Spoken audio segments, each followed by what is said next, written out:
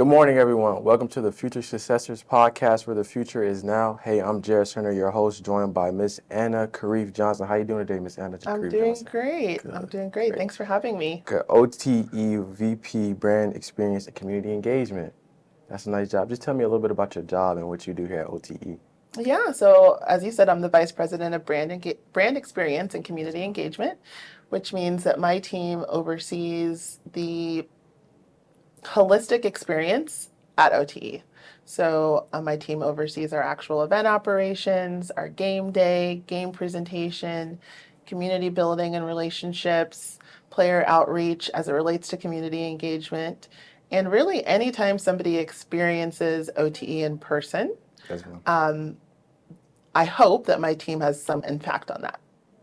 You have a wonderful team. I know a couple of your team members like Will, Connor. Just talk about the people that's beneath you and how they help you and how they kind of make you look good on game days and the things that they do throughout the day to really help you with your job. Yeah, so I have a great team. I don't like to say working beneath me. They work with me. I got you. And so I have a really great, really talented team that cover different areas of our business. So I have our actual events unit. So Garrett leads that. He's our director of events. And so his job is making sure that we are able to successfully produce third-party events, host events in the building. And he's a technician and really great at his role. Then I have our game presentation team, and they're responsible for actually creating the show around the competition. So Justin, Connor, and Griffin, who just joined us this week, are on that team and are amazing.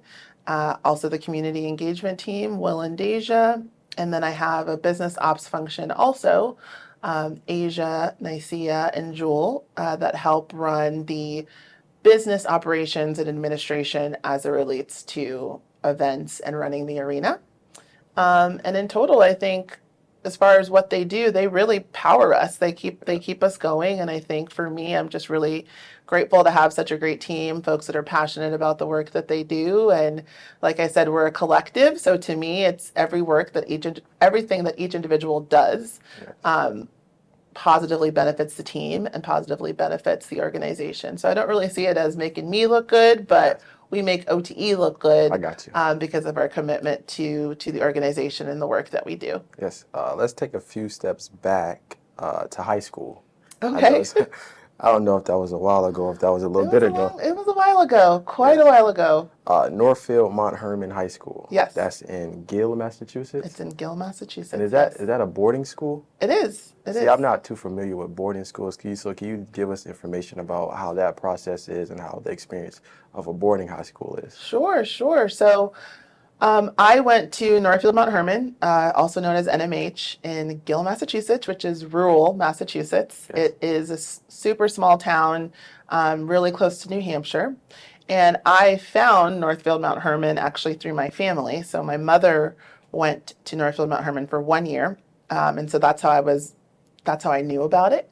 And applied because my mom wanted me to have an opportunity to live independently, really develop my skill set, be able to focus on academics, focus on my personal development, and kind of do that away from home and like the distractions that being in a big family can bring, which are really great. But I've always been a really responsible young person, probably almost a little too responsible. And so my mom wanted to send me away so that I would have an opportunity to really develop my sense of self and focus on myself versus everything around me and all my siblings and everything else like that. So I was fortunate to learn about NMH through my mother. And I had a lot of friends and colleagues, best friends now, through that experience that found out about NMH through a lot of other programs like A Better Chance, which is a nonprofit organization that works in big cities to bring students from diverse backgrounds to private boarding schools.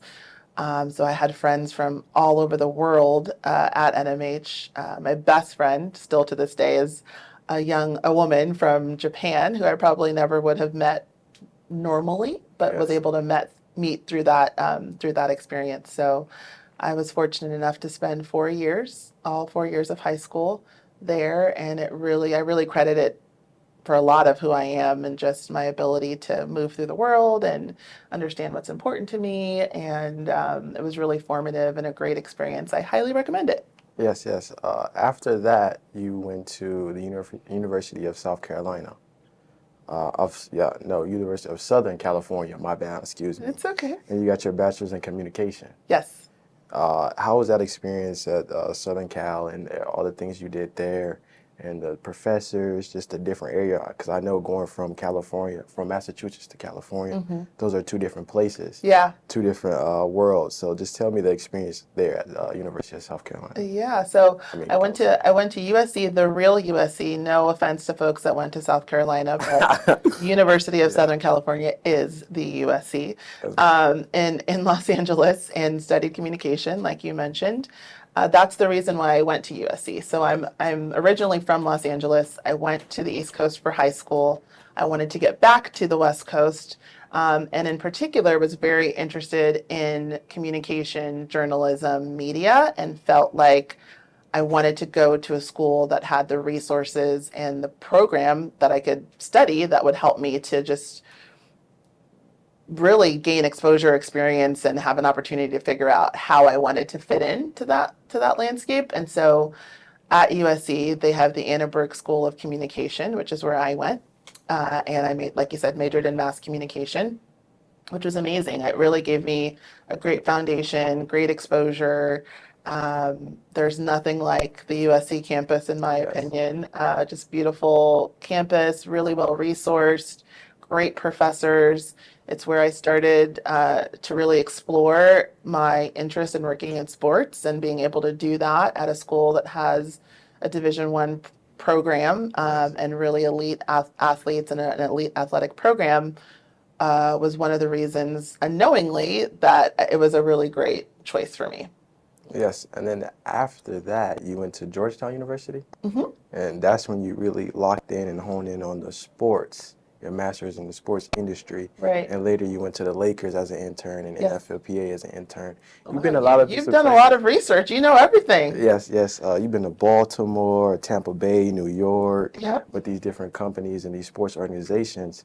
So tell me how that has helped you with all that experience from those different places, come to OTE and make it a great place for people to come and enjoy games and things like that. Yeah, I mean, I always tell people I've been really fortunate because I've been able to carve a career path that is really diverse. Yes. I'm a big proponent of following opportunities. And so each opportunity that I've had or that was presented to me, whether it was just starting out with the Lakers as an intern or working in collegiate athletics or working for an NFL team, I decided to pursue all those opportunities because I wanted to have a really diverse level of experience, a really diverse understanding of the industry, and to really be able to create the career that I want to have. And I think having an opportunity to learn how different organizations operate, learn about different areas within the sports industry, you can really do anything, I tell people, within the industry, was a critical part of me deciding to come to OTE. I originally joined Overtime after working for a nonprofit organization called Rise, whose mission it was to use sport to help improve race relations. So that was a job that I took after being at the NFL because I wanted to have a role that was 100% committed to a cause that I cared about, and to really see what that feels like in terms of working for a nonprofit organization, and was able to do great things there. And this opportunity, an opportunity at Overtime to lead their events, was presented to me. And I thought, this is a great next step. You know, I've had an opportunity to apply my skill set in the nonprofit sector. I haven't worked for a media company yet, so let me see what that's like. I'm going to go ahead and take this opportunity at Overtime. And it was through that, being at Overtime, when the idea for Overtime Elite was really being born, that enabled me the opportunity to raise my hand and say, I definitely want to work for OTE. I really believe in this mission. I believe in the work that the team put in for over a year to make this come true. And I wanted to be a part of building that and making sure that we realize the dream, the vision, and honestly, the commitment that we've made to our athletes and folks that have joined the program. And I've been incredibly fortunate to be able to be here from the beginning and to be a part of seeing that through. Yes, the impact that you have on success here at OTE is very big in the different places that you have been. Like I said before, Baltimore, Tampa Bay, New York, and now OTE. But how do you define success? Wow, that is a great question. It really depends on the I guess on the setting or the project, but in general, for me, I want to leave this world better than it was when I entered it. Yes. So for me, success is always going to be about positively contributing to an outcome, positively pouring into my teammates, being able to leave an imprint and a legacy on this industry. And for me personally, as a woman, as a Black woman in sports, it's important for me to show up every day as I am and to bring my whole self to my work, to really model the kind of leadership that that I think this industry deserves, and to do right by our community members, our athletes, and my colleagues. And so that's what motivates me is I want to be able to, at the end of my career, say, I left my mark. Yes. I poured into people, and now they're going to take it away, and I can go retire on my ranch in Montana. Now, so the hard work aspect into becoming successful was big, but what was your extra sauce that you had to become successful? Whether that was, hey, you do something different than other people. What's that unique sauce that you have? Yeah, I mean, I think that, I don't know if I would say I have special sauce. Yes. I have an incredible work ethic. It's just a part of who I am. I think a lot of that was part of my just upbringing, and I was really lucky to be blessed with a great mom who showed me what hard work looked like every single day. And so that's been something that I apply to every, aspect of my life. But what I tell people that are interested in working in the sports industry, or really any industry, is you got to show up every day and you've got to put in the effort, and your work will speak for itself. So that's sort of the motto that I've tried to apply. I don't think I'm, any more special than anyone else. I just am committed to working hard, to showing up every day, to setting a standard for myself so that I have to live up to. And if I feel like I am bringing my best, doing my best, contributing to outcomes, and being true to myself, then I feel good. Yes. And so that's how I tend to look at it. I think that every single individual has the potential within them to excel, to be amazing, and you definitely have, I think the secret sauce, I guess, would be the work. You got to put in the time and put in the work. Even though you do have those good days, but sometimes as a successful person or anybody in general, some days the days aren't as good as others. Mm-hmm. And sometimes you struggle during different days where you feel like you don't want to work, but you still have to work. How do you handle ups and downs, and can you share a moment of resilience? Yeah, that's a great question. I think it's so true in any sector. For me, I always rely on my family. I have a really great support system. My mom is literally my best friend, and at almost 40 years old now, I still call her every single day. So for me, being able to rely on those around me who I know love me and support me no matter what is where I go when I'm having challenging times or going through tough situations. I look to them. And then I also would just say, I try to remind myself of the why.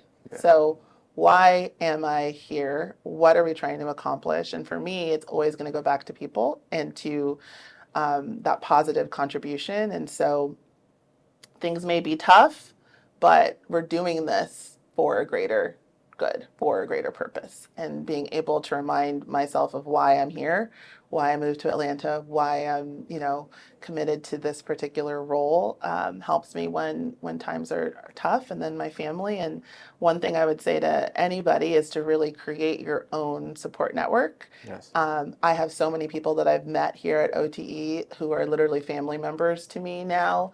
Damian Wilkins, our GM, is like, I always say he's the big brother I never wanted, but I'm so glad to have.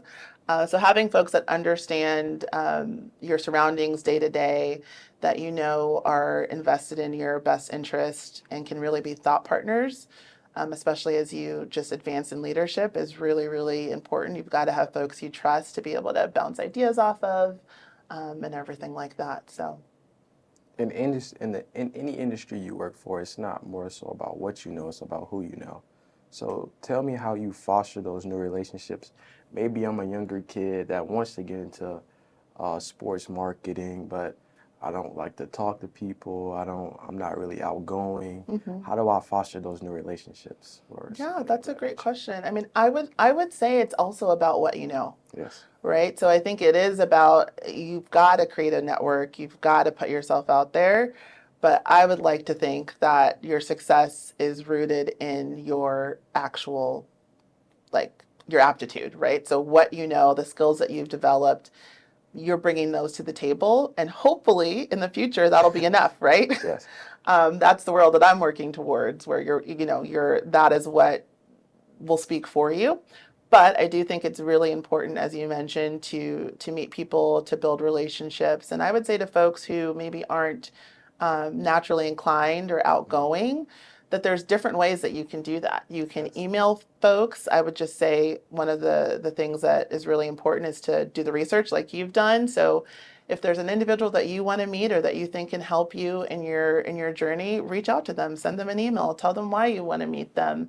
You'd be surprised how many folks are willing to take time out to have a coffee conversation, or now a quick Google meeting, just to share their knowledge and experience and support and help. I think a lot of people are really, really open to that. I, for one, am definitely open to that when folks reach out to me.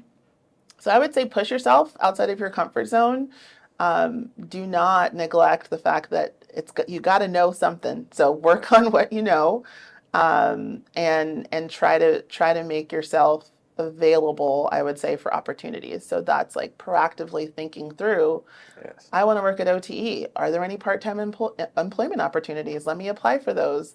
Let me send an email to HR and see who the hiring manager is, and send that person an email. I think that once you get into this industry, in particular sports, it's almost like an incestuous industry. Like everybody knows everybody. And so the hardest part is getting in. And then once you're in, your work speaks for itself, and you'll be surprised how many folks will vouch for you as you continue to grow. Yes. What's next for Anna? Whether that's, hey, you want to retire and be in Montana like you said. What's the dream, and what's next for you? I'm living the dream. Every day is the dream, really. Like, I try to stay in the present and focus on all the things that I'm grateful for today. Ultimately, I do want to have a ranch in Montana because I love nature and I want to get there. But I think there's a long way to go, and there's a lot of work to be done before I do that. I was telling someone the other day, I would love, and I don't know when this will happen, but I really want to start a summer camp for kids who have lost parents, because I lost a parent really young. My dad died suddenly when I was 8 years old. And so I really think that kids who have experienced loss, and that can happen in a lot of different ways, need that outlet, like that ability to really just be a kid. And boarding school was kind of that vehicle for me. Yes. And so I would love to start either a nonprofit or an actual summer camp that provides that opportunity to kids, across the country. So that might be something that I do while I'm still here, but who knows? That's our time. Thank you for contributing to another successful podcast. We'll see you guys next episode. Peace.